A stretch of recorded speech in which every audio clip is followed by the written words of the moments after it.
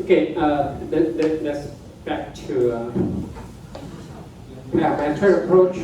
As I just mentioned, if a distance level set is a metric, then it must be satisfied for condition, especially the criteria 3 and 4. Okay, it must be symmetric, and it must meet the triangle inequality. But for non-metric distance, it may violate the rule 3 or rule 4. Okay, but definitely 1 and 2 must be satisfied for the distance measure, no matter it's metric or non-metric. Okay, and here's some show you if the P. Okay, well actually, for this one is we should say this, if this is delta x, the difference of x, this suppose delta x, the piece power of x. So it doesn't mean this is x power, but instead of the y-axis, means the delta, the piece power of delta x means difference, okay, of 2 points. If delta s squared, you know, it grows exponentially fast. So which means it will intensify the difference. 它会强化差异. But it's very sensitive to outlier. Okay? It will be very sensitive. 对那个异常值会很敏感. So if the data you have or the image you have is quite noisy, you might go for this with p less than 1. For this example, we take 0.1 power. Actually, it's a square root. So you see that whenever there's a difference, the increment is quite slow. So when the p is equal to 0.2, see that the difference when it's getting larger, but the output shows no difference. See that? It will increase very fast, but it becomes flat. So which means it's good for very, very, very noisy data, signal, or image. But it also reduces the what? The discrimination power, because it cannot make any difference, right? When the difference is getting large, but the output will retain in a small range. So it depends on what data you have. Okay, you worry about the noise, or you worry about the outlier, or you want to make your distance measure more discriminated, so you can select different P, actually P here, okay, P here. So they just keep that in mind. But anyway, usually the distance is unlimited. Even for the flat, it's unlimited. So sometimes we will use this the Gaussian error. Okay, the delta x again is the difference. So if we take the Gaussian one method, so if the difference will goes like this. Okay, it will goes like this. If we simply take delta x and the square, then it will exponentially increase, right? That's what we can expect. But if we want to try to limit the difference between 0 and 1, then you might go for, you can normalize with this so-called Gaussian error, okay? So it's an upside down of Gaussian distribution, see that? And the maximum value will limit by 1. Okay, the maximum value will not than 1. So if the difference is 0, then the output is also 0. But when the difference is quite large, then the corresponding maximum error is still to be 1. So there's something you can, if you want to measure it between 0 and 1. That's something you can apply, okay, with this transformation. 因为有时候我们在量的时候，我们希望它的范围就是介0到1之间，介0到1之间。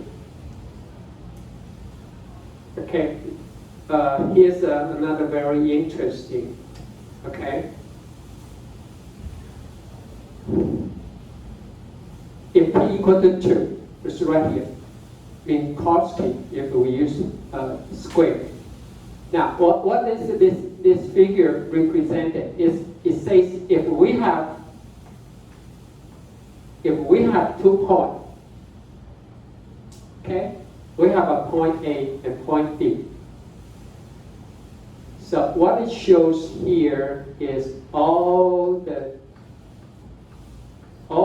data point in this region is much closer to this point. Okay, that's what you try to say. Okay, and all the data point in the shallow shaded area is much closer to this point by Euclidean distance. So Euclidean distance, this is the decision function. That was something topic on my for the data pattern course. But it's if p equal to 1, which is the city block distance, then this is the region, which all the point in the dark region is much closer to this point instead of this point.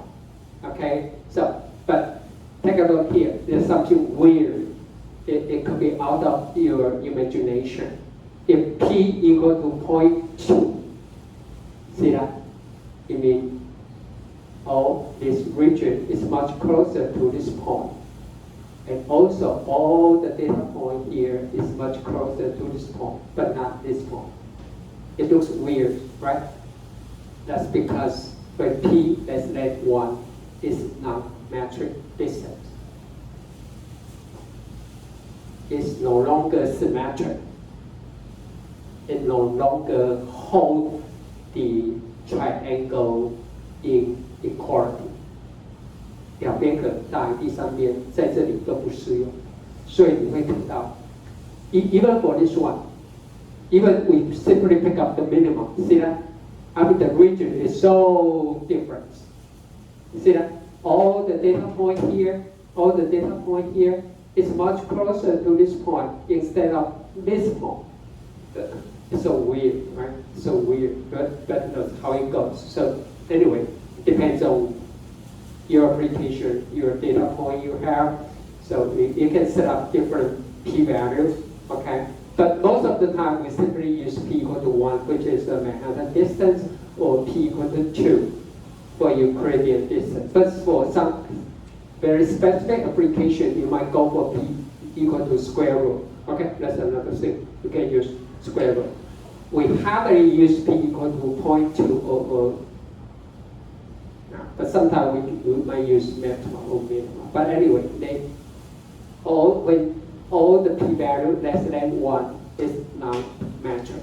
Okay, it's non-metric. You must keep that in mind. It sometimes quite out of your imagination. It won't perform anything like this. The first two. Okay, there's 2 figures here. Okay, so give you some good information about the distance, because we need the distance to measure the relationship between 2 pixel points, okay, in a 2-dimensional space, or even 3-dimensional space, when we talk about the video, okay? When we talk about the video, now, then it will become x, y, and t. Then we have a 3rd dimension, then we will have the 3rd dimension, okay? Okay, I just mentioned before, right? The entropy is not metric. It's not metric. Okay, now with the knowledge of the distance definition, now we come to some leveling. Okay, this is not deep learning leveling. We don't level the sample, but we level the pixel. Okay. we are talking about how to do the labeling for the pixel.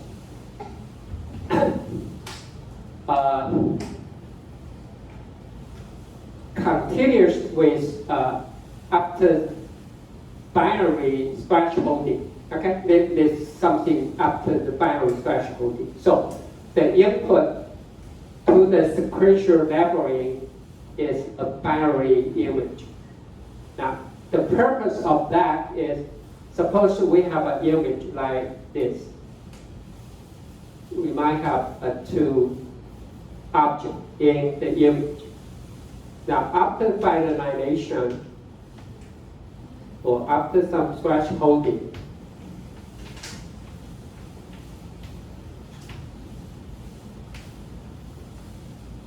what we got is something like this. Okay? So all the objects have the pixel value of 1 after the finalization, and they also have 1. Now, the purpose of labeling, I know even this pixel has been labeled to be 1. I know it's an object point, but this is also an object point. But you know, these two pixel points are no relationship at all. 它没有任何关系。虽然你知道它都是物体点。We know both all the pixels with level 1, they are all belong to objects. But this pixel point could be belong to object A, and this could be belong to object B. They don't have any relationship, okay? Because they are not connected. They are not connected, even though they have the same level number. So the sequential level, the purpose is, I want to assign 1 to the pixel that belongs to object A, but somehow I want to assign a level 2 to the object B. That is a part of the triangle. That's so-called level. Okay? Level. You might think of this could be useless since we have the deep learning model, we can do the segmentation, but you might think of the traditional machine vision algorithm as the automatic labeling tool. We don't need to do it manually. Now, assign it this to be 111 and this to be 222. No, you can use the traditional, okay? You can use the traditional machine vision algorithm to do the labeling automatically. Then we can, after that, we can use this image to train a model, a deep learning model. And after the training, the segmentation could be faster compared to the traditional, the so-called sequential label tool. Okay, so we can use this to do our job for labeling, to separate the object from object, or we can use it as an automatic labeling tool. Okay, and use it as the input or output for our deep learning model, so it's still quite useful, okay? So we're starting from the so-called sequential level, okay? But it only works for binary image, which means you need to apply thresholding first.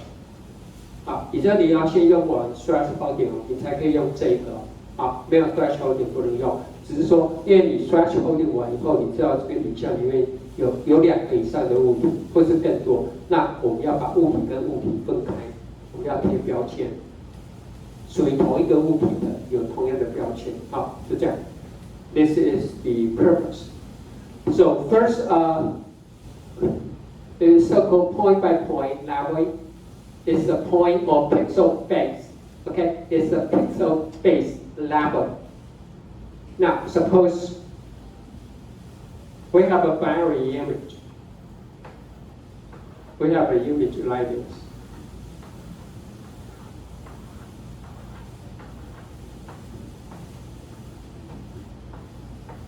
Now, we scan the image from left to right, from top to bottom. Okay? That's how we do this thing. So, whenever we come to a point, now we want to assign a level to this point. It means what? Because the scan, it goes from left to right, from top to bottom. So for a pixel right here, it means everything. Let's take a 3x3 window, okay, or neighbor. So we are supposed to look for its 8 neighbor, right? It is 8 neighbor, but because the scan, it goes from left to right. So for this point, it means we already have labeled this pixel, right? Yeah. Before that. And it must be true also for this one. Yeah. And for this one. Yeah. And also for this one. But not for this. No. Because you need to wait until we assign a label to this point.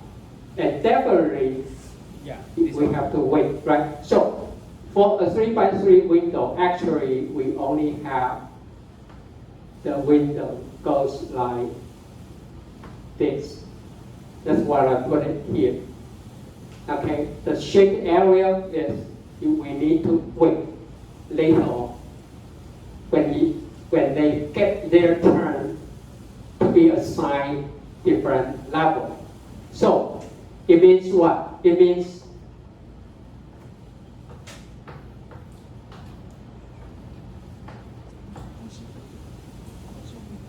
we need to check for its 4 neighbor.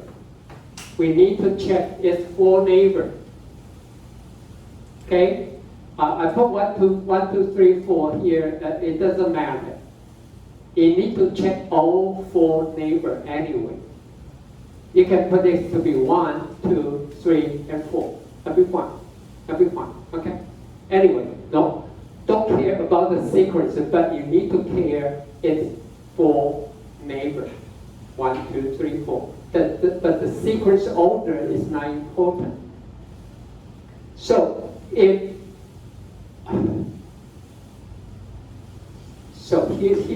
the procedure. Let me give you an example. Then I go back to talk about it.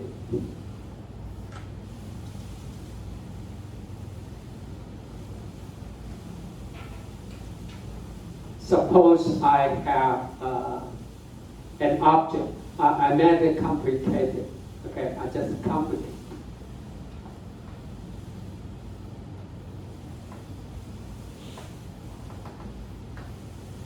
Suppose I have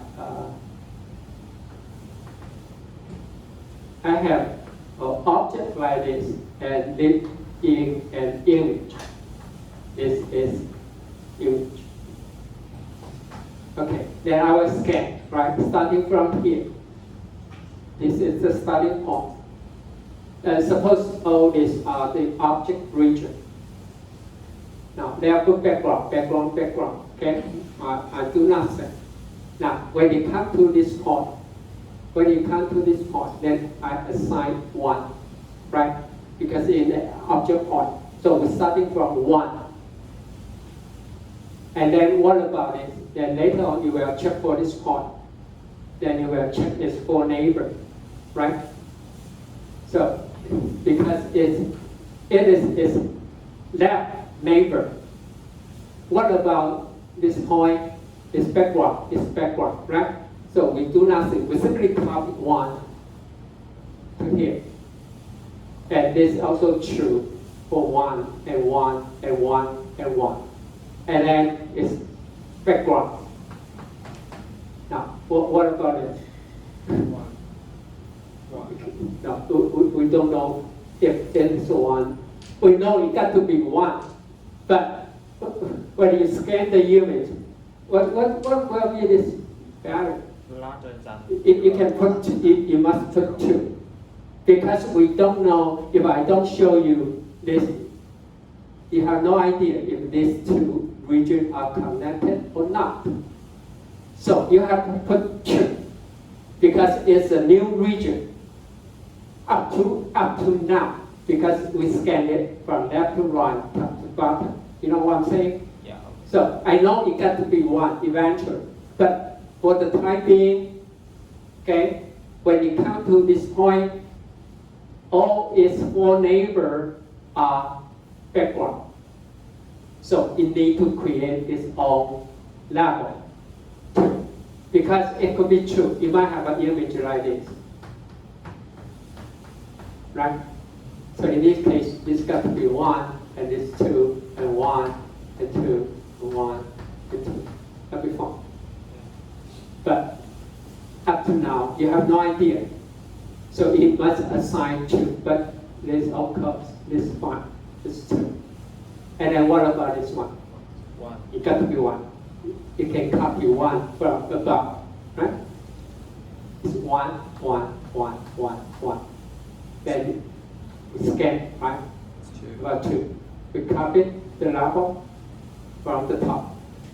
2, 2, 2, 2. Okay, so the same here. 1, 1, 1, 1, 1, and 2. 3. 3. You get to the 3. Okay, I have no idea because it's so far away from 1 here. Yeah. So you get to be 3. 3.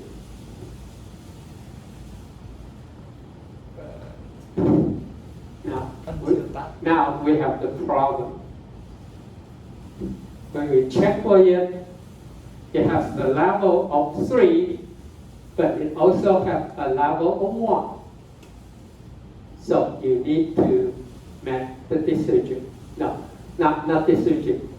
You need a table to indicate 3 is 1, 1 is 3. Know what I'm saying?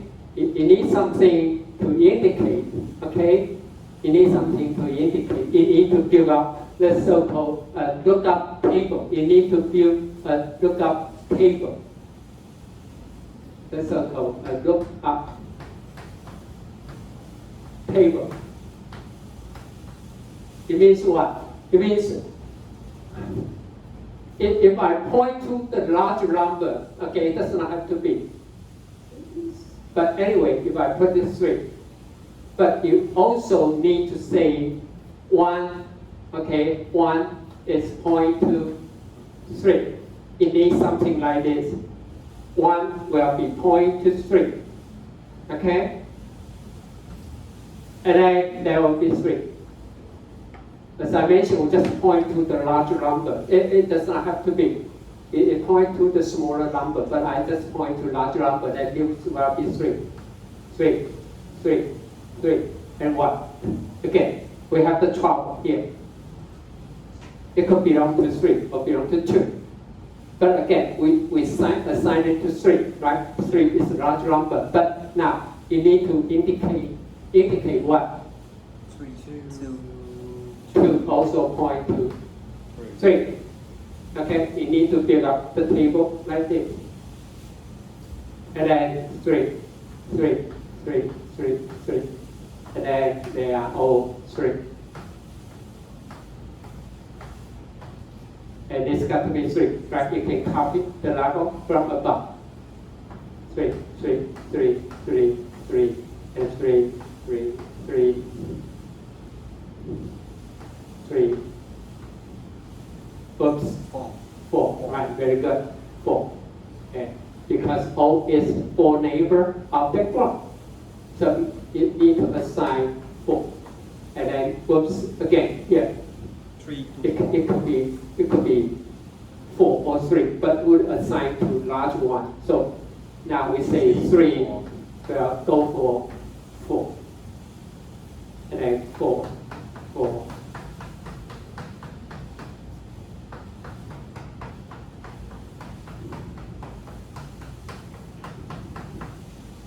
And then 4. You can copy it from above.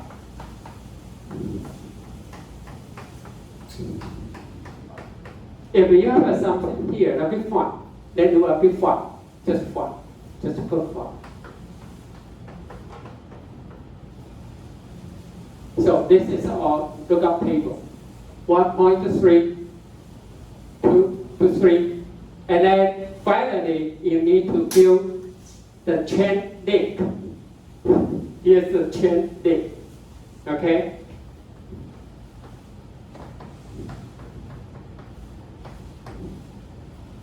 It says 1.3, then you check for 3. You know what I'm saying? 1 to 3. And then you need to look for 3. And it says 3.24. So eventually, I know its final destination will be 4.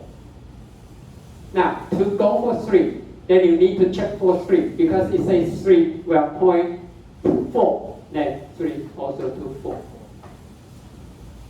And then 4 to 4. Actually, you don't need to do anything, but we just put it 4 to 4. So here's by the chain link. Okay, by the chain link, we can do the connection.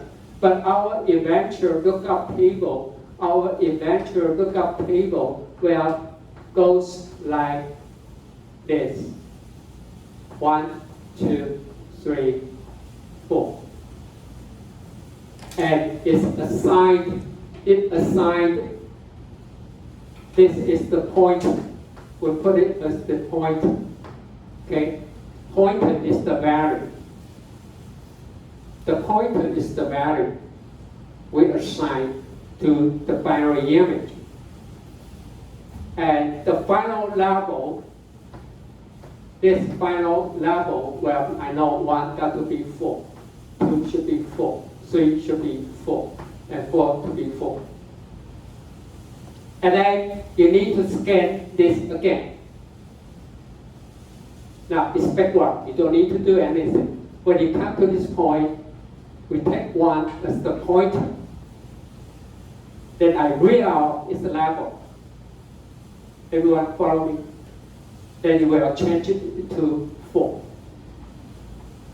Then you read the second pointer with the value of 1, then we come to this pointer, we find its corresponding. We don't need to search, okay? No search. It's very fast, just replace. We use this value as the pointer or index. It depends on what you want. Somebody might prefer to use index. Anyway, then we will copy, we change 1 to 4. So after the first, then it will become 4. Now it comes to 2. It's the pointer 2. Then it will find its corresponding level 4. So it will change it 4. And the same here, it will become 4. 4. Everything will become 4. Now come to 3. The index is 3. Then the corresponding level is 4 again. Then it changes to 4. Everything becomes 4. Then there will be 4. Okay? And 4. Because all 3 becomes 4. And then because 4, the corresponding level is 4 again, so we don't need to do anything. So finally, what you have is 4 and 5. That's it. So eventually, you know, in this image, we have 2 objects. We have 2 objects, okay? One is like this. They all the corresponding pixels have the same level of 4. And we have another isolated object with level 5. So that's it. So for this application, we need to scan. The first one, we try to assign the level. or the pointer to each individual pixel. And then at the same time, we build the lookup table, okay, by the chain length. The so-called chain length is 1.3, and you know 3 in finally in 2.24. And then also we need to check for the number of 2, and then you know 2 is linked to 3, and 3 linked to 4. And finally, we build this so-called lookup table. So the second scan is nothing, just read out the pointer or the index value and go to the lookup table and change it to the level number. So we need just 2 paths. It's very, very efficient. It's very fast, okay? It does not involve any search by using the so-called lookup table. 好，这用查标法，这是叫查标法。在我们做影像处理，我用了很多，因为查表才会快，速度就会快。因为事实上它没有任何东西啊，它只是换过来而已。Right? We just read out the pointer, right? Then the pointer, if this is the, I should say that this is the level. Then I read out the pointer at the point for some x, y. See that? This is the coordinate for some object pixel. Then this is the corresponding pointer. This 1, 2, 3, or 4. Then you just read, because if for 1, then you will read out level 1. Then I know level 1 is 4. So I just replace it, no search at all. It's very fast, okay? It's very fast. But it's so-called the sequential level because we need to do it pixel by pixel, okay? We need to do the scan sequential, okay? But so all the algorithm here tell you this story. I won't tell the detail, but that's how it goes, okay? And how we do the chain link, and eventually how we I already find something here, and this is how we reassign the level. That's it. Okay, that's the details procedure with the pseudocode. Okay. So you can go for the detail yourself. I can save us some time, so we won't get stuck in some trivial detail. But it works. Okay. The most difficult one, if you are interested to write your own code or try it, the most difficult one could be the spiral. If you have a spiral like this, if you can do the spiral, then you can do everything. Single.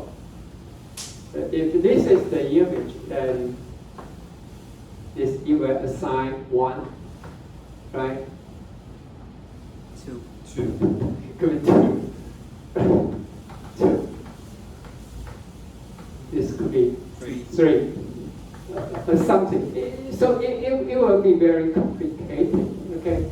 Even here it could be 5, but so you need to build up the lookup table. Okay, lookup table. It can help your work anyway.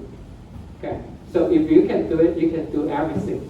But I would recommend you if you don't want to write your own programming code, you can go for the OpenCV and look for that or any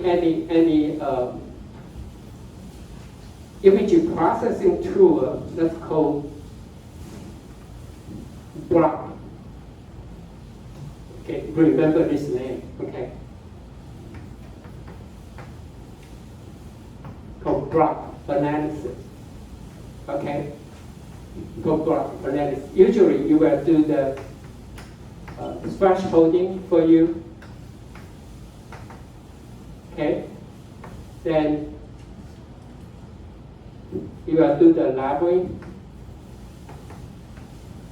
Okay, then you will calculate all the geometric features for your automatic. Okay, I'm not quite sure. It depends on what software you are using. But if they don't use. They ask you to input the binary entry, then you run your own thresholding. Then you input, but you will do the labeling, and you will return a lot of different geometric features, such as area, right? Area. You will count the number of pixels that have the same level. It might return the aspect ratio. I mean what this, if you have an object like this, you will try to find the minimum bounding box, and it show you the aspect ratio, which it could be h over that. Okay? If this value is close to 1, it means this object could be very symmetric, or circular, or square. Okay? If this aspect ratio, if you have something like this, then I better to put it like this. But for this case, this aspect ratio will be very close to what? To 0. To 0, right?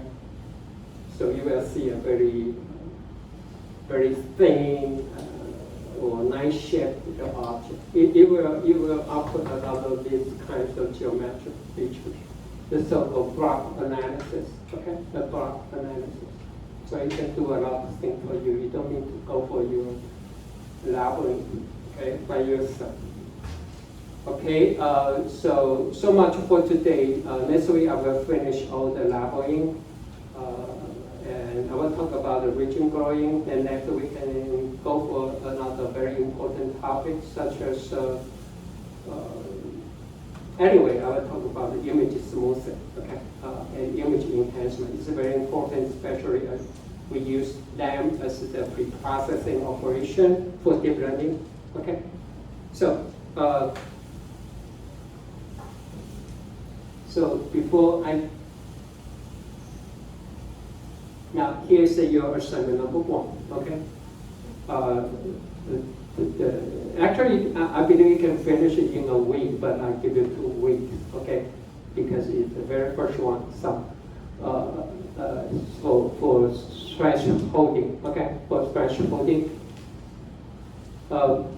Now, first you need to write your own code, okay? This may be the only code you need to write.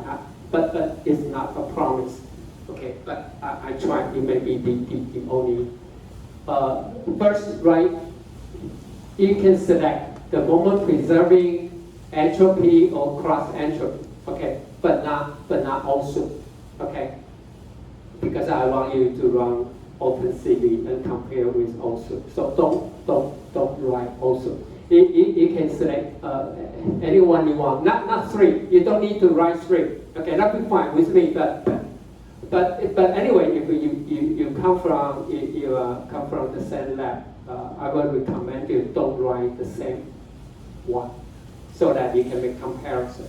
Okay, for example, if you have a classmate from the same lab, one might go for the moment preserving, the other one might go for entropy or cross entropy, and you can see what's going on here. Okay, so first you need to write your own code. You can use Python, C# or R or anything. That'll be fine with me. Okay, I'm not so care about the programming code. Okay. And then after that, you need to make a comparison with the your selected thresholding algorithm with some OpenCV thresholding function. The first one is Osu's method. Okay, minimum within group. Okay, here's So how's the code is correct, right? Okay, so here, Carlos will show you how to download or install the OpenCV. Okay, and we will show you the example for the also thresholding. Okay, so here's, and also I want you to further compare another adaptive threshold based on Gaussian. First, actually there's two adaptive thresholding, one called Gaussian, the other one called mean. It simply calculate the local mean. It just calculate the local mean, and you can see what's going on here. But for this algorithm, you need to try out two parameters. The first one is block size, which means you use the neighbor. You define the neighbor to calculate the mean. It's simply just average mean or the Gaussian mean, and then subtracted from another constant called C. So for user, which is you need to determine what should be the block size. It should be 3 by 3 or 7 by 7 or even 11 by 11. Okay, and what should be the value? So if this will give you to set up the threshold locally, and you can think of this also method of the previous selected method as a global thresholding because it's based on the whole image. But for this adaptive, the threshold is determined dynamically based on the local intensity. That's it. Okay. So it could be better for the unilluminated, okay, uneven illuminated image. 就是光源的不均啊，那你很难找到一个固定的值啊去分割。Okay, so that's it. So first, write your own code and run this to OpenCV. Okay, Carlos will show you how to do it. Okay, so that's it. Now, first you need to prepare your own test image. You can download with your smartphone, or you download the image from the website. But you need to convert the color into graph because we are talking. If the conversion, then of course you can use the OpenCV again for conversion, or otherwise you just read our RGB and divide it by 3. That's it. Now let me show you the graph. That's it. Okay. That's so. But you need to prepare at least a set or two high contrast and low contrast image. Okay, and the other one is in the image the target object is very large and the target object is very small. Why I want you to do that? Because remember, you always need to calculate Q1 and Q2. I want you to evaluate the sensitivity because if this object is very small, then Q1, if this is the object, it could be very small. Then you will see what's going on here. Okay, so just set up your own test object. Okay, and all the others, you will. I already asked the TA to provide the wrinkle, the text image. Okay. Yeah, you can find it from the portal. Okay, you can download it from the portal, and Carl will show you what do I mean the wrinkle. So it is not an easy task. Why I use a text image? Because you can always expect something to read. So here, your own test image, I don't encourage you to use the natural scene image. Why?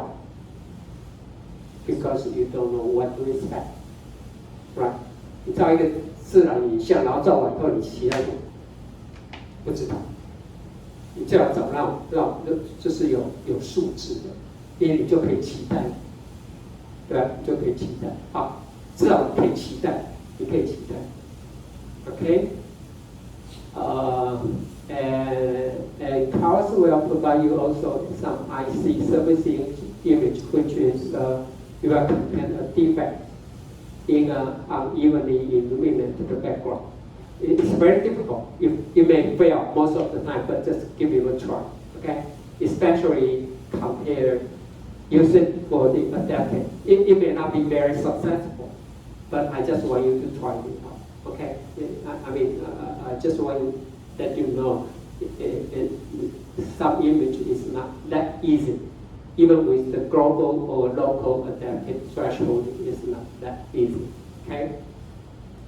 Okay, so here, this is so-called the rainbow, okay, with some high contrast pen, because this is something you can expect, right?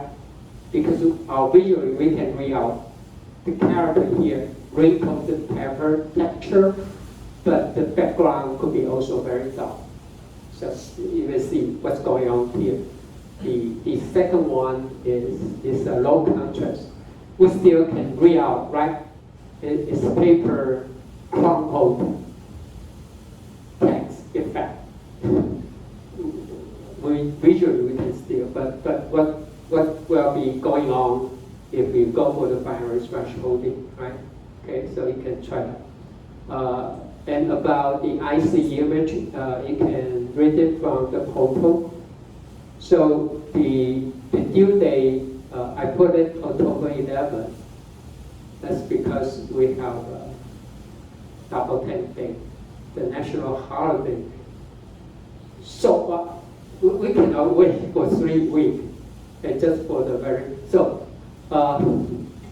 just send me the electronic file of your assignment to me and to TA. Okay, that's it.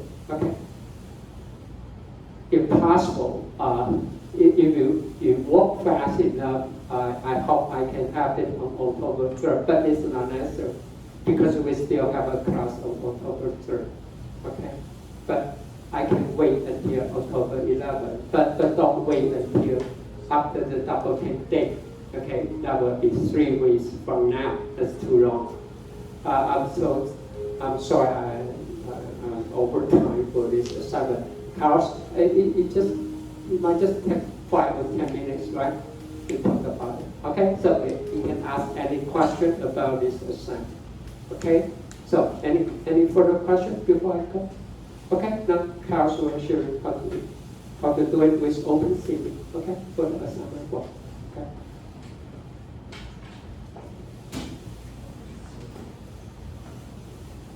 Okay.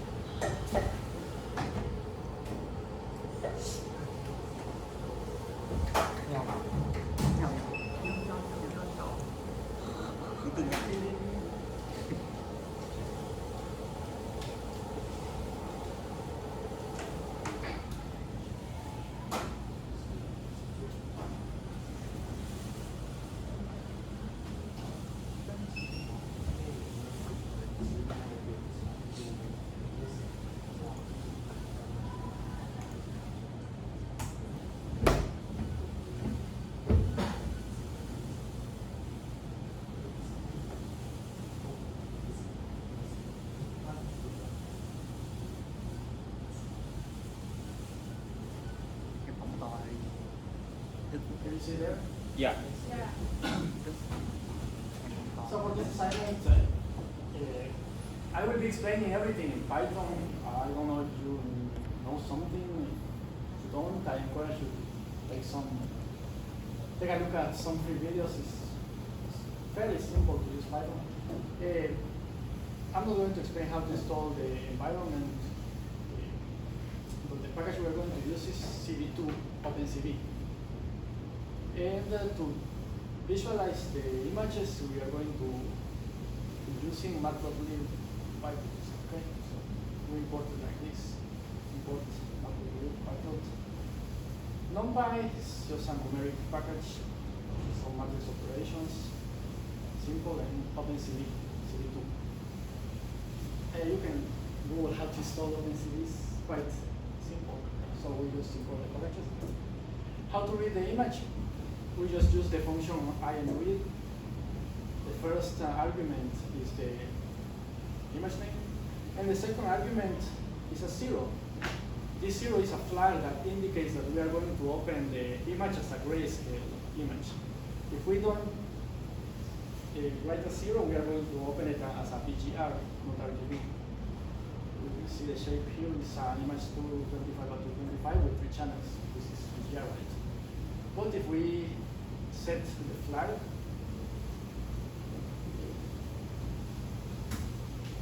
then the image only has 2 dimensions because it's a grayscale. So you need to be very careful with this. Always write the 0 if you are going to work with gray images. Now we can see the image. Okay. Now, because you are required to write code for the entropy or some other method that may use the histogram, I want to show how to get the histogram of the image. For this, we are going to be using the help of NumPy. The function is called histogram, and it has some arguments. The first argument is the matrix, in this case the image. The second is the number of pins, because the image can only be, the pixel value of the image can only be between 0 to 255, we put 256 pins, right? And then the range. This is inclusive, this is exclusive, that's why we write 256 here and not 255. So that means it's going to only be from 0 to 255. And those are the only 3 arguments we need to take care of. And it will give us 2 things. The pins goes to 1 million or we may need them, I don't know. And the frequencies of each pin. And then we can take a look at the histogram. As we see in the image, it's full of whites, right? So we expect that most of the values are close to the white zone. That means close to 155, right? So that's secure. Obvious what we expect. Now we can see the frequencies. From 0 we have 243. For the 155 we have this number of pixels. And you need this for to write your entropy. Okay. Now for the Otsu's thresholding, the function is called threshold. It will give us 2 things.